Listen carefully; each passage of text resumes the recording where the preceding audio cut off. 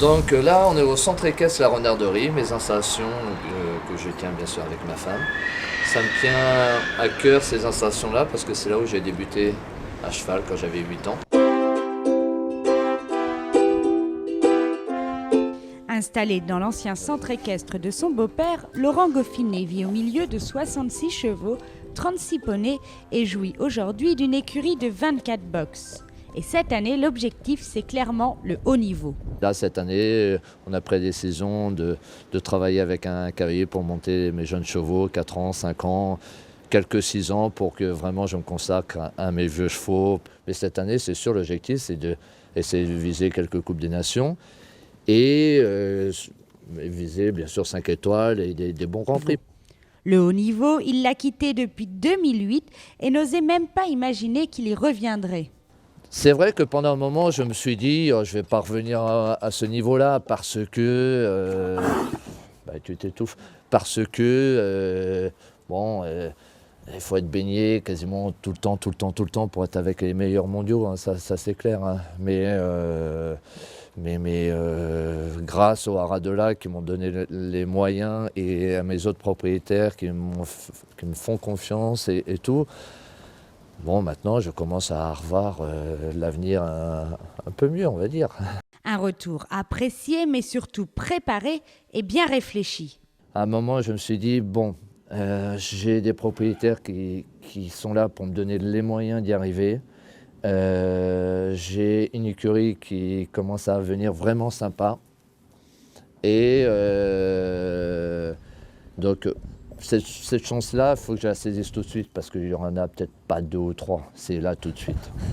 Ces chevaux sympas, c'est d'abord la grande grise, Kinette du Quesnoy. Alors, Kinette a une grosse personnalité. C'est une vraie demoiselle. Quand je la travaille, il faut faire toujours un petit peu ce qu'elle aime, même si je demande certaines choses dans le travail qu'elle n'apprécie pas forcément. Mais quand on la sangle, elle couche les oreilles.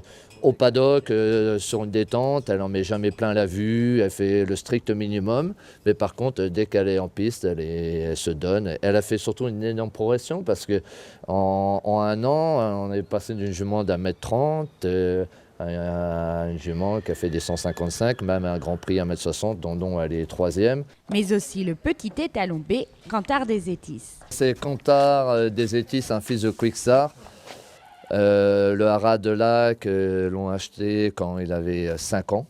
Et donc comme vous pouvez voir, c'est un petit peu l'opposé de Kinette. Et un cheval assez court, pas très grand, mais une énergie, une fougue assez extraordinaire. En gros, rien ne lui fait peur. De temps en temps, j'aimerais bien qu'il se pose un petit peu plus la question parce que ce que je disais un jour dans une interview, c'est que pendant un moment, j'avais le moteur d'une Ferrari avec le volant d'une d'une 2 chevaux, parce que j'avais pas le contrôle et il allait dedans, et voilà. Donc il fallait travailler pour qu'il comprenne. Et là, c'est sûr que fin de saison, il m'a fait des beaux concours qui étaient sympas. 2 chevaux complètement opposés, mais... C'est 2 chevaux qui sont très intéressant avec un beau potentiel et surtout un mental d'acier. Le programme n'est pas arrêté, mais clair dans la tête de Laurent. J'ai envie de faire un roulement, parce que j'ai d'autres vieux chevaux, des 8 ans, qui sont vraiment corrects et tout. C'est de dire, j'utilise ces 2 chevaux-là, des chevaux de tête, mais au lieu d'emporter ces 2-là en même temps, j'ai emporté un par un, et avec des 8 ans. L'histoire est d'autant plus belle qu'elle fut possible grâce à 2 de ses amis, propriétaires des chevaux au travers du haras du lac. En fait, Laurent passait son brevet d'état en athlète de haut niveau, donc il fallait qu'il fasse un temps de formation dans un organisme de formation, sachant que j'en ai un. Donc c'était il y a 7 ans, il me semble, où il a débarqué chez moi en me disant je veux bien faire la formation, mais je ne veux pas écrire. Donc ça commençait pas très bien. Je dis on va peut-être pas forcément bien s'entendre, et puis au fur et à mesure... je sais pas, il y a eu un coup de cœur, tous les deux, on est devenus vraiment frères et sœurs, mais en très petit. Laurence, Karine et Laurent, accompagnés de leurs compagnes, c'est une bande de copains devenus propriétaires de 14 chevaux. Je pense que chaque cheval qui est au haras a une histoire dans l'achat, il n'y a jamais rien eu de fait. Ça a été des coups de cœur, ça a été des choses réfléchies, ça a été des investissements pour certains. Faut pas l'oublier, donc ça c'est beaucoup moins sexy, mais ça marche comme ça aussi la vie. Et aujourd'hui, pour la plupart, c'est des jolis clins d'œil de la vie, c'est des jolies rencontres avec eux aussi. Alors je rajouterais que il y a des fois dans l'équipe un qui craque pour un cheval et les autres savent que ça va pas le faire ou que ça leur convient pas ou que ça plaît pas. Et puis la personne, si vraiment, enfin si c'est par exemple moi qui ai décidé, qui ai craqué par exemple pour Quid dans les premiers qu'on a achetés, la confiance s'installe et on dit ce qu'on a à dire, pourquoi ce cheval-là il plaît, pourquoi, quelles sont les choses qui font qu'on a d'un seul coup de l'espoir dans ce cheval-là. Et régulièrement, il y en a un qui dit ouais, pourquoi pas. Et en fait, on tombe toujours d'accord à la fin. Jusqu'à présent. C'est toujours des concertations. Ouais. Mais c'est vrai qu'on va dire Cantar, c'est plus le cheval de Laurent, c'est lui qui l'a choisi. Ouais. Quid, c'est plus le tien. Ouais. Kinect, c'est moi qui l'ai trouvé. Enfin voilà. Et au départ, comme vous le disiez Laurent, Kinect, il n'a pas eu forcément le coup de cœur tout de suite. En revanche, il a été attentif à ce que nous, on a vu à pied. Lui, il ressentait d'autres choses à cheval. Et du coup, voilà, c'est comme ça que ça se fait. Le plus difficile, je crois, aujourd'hui, c'est qu'effectivement, quand on a des propositions, je dirais indécentes, parce que c'est un petit peu des choses qui nous sont arrivées dans des moments qui n'étaient pas trop le moment, où on n'était pas préparé, puisqu'effectivement, le haut niveau, on ne s'y attendait pas comme ça. Il y a une espèce de ferveur qui se met autour en disant mais on fait quoi, on fait comment, etc. Et il y a un moment donné où on a pensé qu'il fallait qu'on prenne une vraie décision, notamment au début de saison dernière, où on avait de grosses propositions sur Cantar, puis ensuite sur Kinect, c'est arrivé à la suite, où maintenant, en début d'année, on décide une base. On dit, de façon à aider Laurent à être plus serein dans ses compétitions, parce que quand vous descendez d'un sans faute et qu'on vous dit je te propose tant du cheval, il y a quelqu'un, j'ai 3 clients, etc., et que lui, il a le barrage dans 10 minutes, moi je trouve ça dégueulasse, je trouve ça très difficile. Donc aujourd'hui, il faut qu'on lui permette d'avoir une réponse qui nous convient à tous, sur laquelle on peut revenir bien sûr. Et donc l'an dernier, c'est ce qu'on avait décidé, qui a quand même bien aidé, je trouve, la construction de Laurent et son équipe de chevaux. C'est l'année dernière, on a dit, rien n'est à vendre cette année, dans les chevaux de haut niveau. On attend fin de saison. Ensuite, on fait une réunion où on refait le bilan de tous les chevaux, on fait sauter les jeunes, on se met tous ensemble autour d'un moment qui est vraiment sérieux, parce qu'on est des copains, on a une bonne rigolade, mais quand on est au boulot, on est au boulot. Et on choisit les étalons à mettre sur quel jour. Voilà, c'est Et cette réunion-là, elle sert à dire, demain, on va sortir en disant, voilà, si on propose ça, c'est oui, c'est non, c'est peut-être.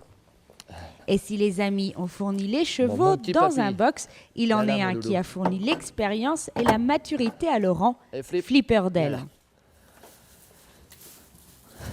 Mon petit papy, ben ouais. Donc ça, c'est le papy, la mascotte. Ouais, papy, mascotte, et voilà, le cheval qui a fait réaliser mon rêve de gosse, et voilà, donc je lui dois énormément. Il est monté quasiment tous les jours, il va faire ses petites balades tous les jours. L'autre jour, je l'ai monté en balade et il m'a embarqué. Oui. Et oh oui, il m'a embarqué, il était content comme tout. Sincèrement, quand vous le voyez galoper et tout, on ne s'imagine pas qu'il est... Je crois qu'il a pris 22, c'est ça. Et voilà, donc il est en pleine forme. Donc là, il va repartir faire la saison de monte. Et je vais le récupérer dès aussitôt après la saison de monte. Et c'est prévu comme ça jusqu'à la fin de sa vie, et voire même quand il ne pourra plus être reproducteur parce qu'il sera trop vieux, il finira tranquillement ses vieux jours à la maison. On est obligé de le mettre ici, c'est son box, parce que sinon il est jaloux des autres mâles et il tape déjà, là on peut voir, il tape, c'est un petit coquin. Il est jaloux. Il voit un autre mâle que je m'occupe. Si je viens de temps en temps et que je vais caresser un autre mâle avant, il est furieux. Mais on a tellement partagé des choses magnifiques. Et voilà. Parce que je me rappelle quand il avait 4 ans et que tout le monde rigolait à 4 ans. Mais qu'est-ce qu'ils ont fait les haras, acheter un poney, qu'est-ce que tu fous avec ton poney, machin. Et quand on voit la carrière qu'il a pu faire. Voilà. Mais il y avait une personnalité qui était... Lui, combien de fois qu'il me faisait comprendre, dire hey, tu vas pas me parler comme ça, je n'ai pas envie de travailler comme ça, prends-moi autrement et je veux bien te donner ce que tu veux. Il me faisait comprendre. De toute façon, si je forçais un peu Flipper, c'était simple, j'avançais plus. Je pouvais plus tourner à droite, je pouvais plus tourner à gauche, je pouvais plus avancer.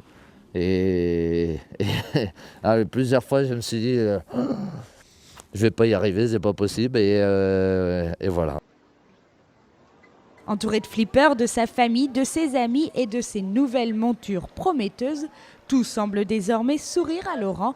Attention, 2015 va certainement marquer son retour chez les plus grands.